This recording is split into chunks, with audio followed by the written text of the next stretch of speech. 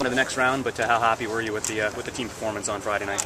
Well, I mean, it's no secret we didn't play well. I think mentally it was going into the game thinking it's a foregone conclusion, and knowing that you only want a tie is probably the most dangerous situation to be in. But we got the tie. It's over with, and we know exactly what we need to do in the future. Do you plan on making a number of changes for Tuesday night's game based on that? Yeah, I think a number of players need to get the experience, need to get the game in front of the home crowd in particular. So there'll be some changes. We have some medical issues to deal with. I got to find out from medical staff, if they're available or not available. What's the sort of philosophy that you do take into tomorrow's game, since you're essentially winning the group? I mean, nothing's really changed. We have to be cleaner with the ball in our ball possession and look to continue to create chances and hopefully we could convert those chances and give the players that it's their job to do that the confidence to continue doing it. How do you account for the lack of goals in the last 2 games?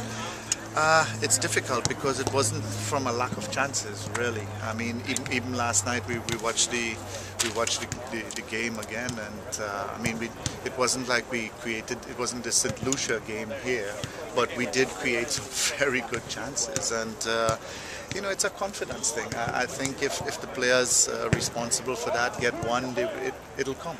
Have you given any thought, considering the lack of goals, any thought given to changing things up front, like kind of experimenting with who starts up front?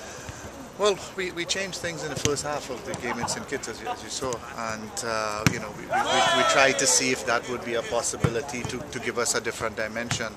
But I think the players are more comfortable in a certain way, and unless you have time to work on it, we'll sort of stay with the same thing. What about changing personnel up front? Because I know Simeon didn't bury those chances. I sensed that there was some frustration with some of the other players up front as well. So. Yeah, well, it's not like we have a lot of choices, do we? We're a little thin up front, but there'll be some subtle changes here and there, and as the game go on as well. What was the reaction as you were watching the game last night? How did the players react to what they were seeing? There was no need to even watch the game. They knew immediately walking off. They didn't put their best foot forward, and there were a number of things. The first half we played a decent game.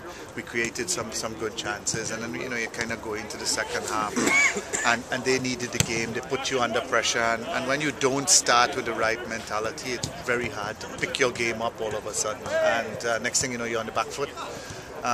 But the way we ended the game in the last, I'd say the last 10 minutes was positive, and we should have scored at least 3 goals in the last 10 minutes of the game. They're a very quick team, and they seem to get quicker as the game progressed last time. How do you combat that for this time? Well, we knew they were physically probably the best team in the tournament just from watching the videos. It's hard to judge speed off a video, but we knew they were physical. We spoke to the coach of Puerto Rico, and we just have to take away their physicality by keeping the ball. If you keep the ball, they can't play, and we didn't keep the ball well in St. Kitts. Steve, can you just talk about the amount of travel? We have so many, 12 or so guys coming from overseas to play the national team in North America.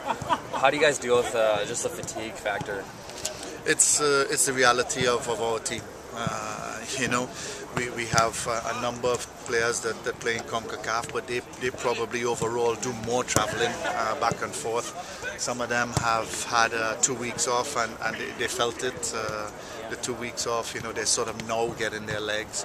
But the association has stepped up.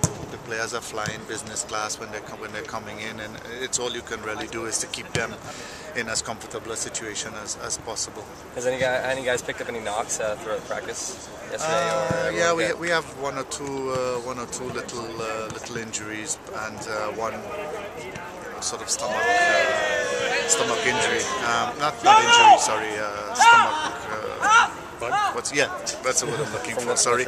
Yeah, and we'll see how. I haven't talked to the medical staff. They trained today, and they were okay, I guess. Who are they?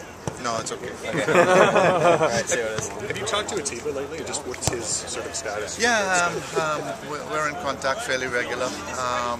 He's slowly on his way back to 2 knee operations back to back, and I think PSV was caught a little bit by surprise because he was fine. Even in the game again, when he took him off against St. Lucia, he was fine, and it's just I think something that was missed. And probably needed to be dealt with. But he's on his way back, and hopefully we'll have him next year. Do you get a sense of when he'll be back? Well, I think they're going to move a little slower than they moved last time. So probably next year. Is the team a different team with him in the lineup? Oh, of course. He gives you a different dimension. Players, when he's there, players can play closer to the penalty area because you have someone that can bring the ball, and he himself can come from underneath. And every player that's missing at the moment could bring a different dimension to the team.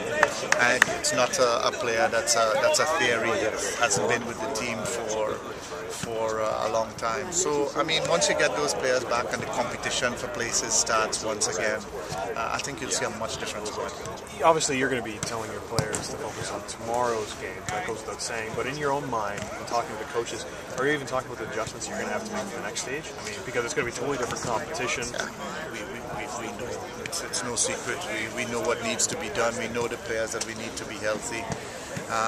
We've talked about that with some of the sort of senior players, and we spoke to some of the young players that this is really their chance to say pick me,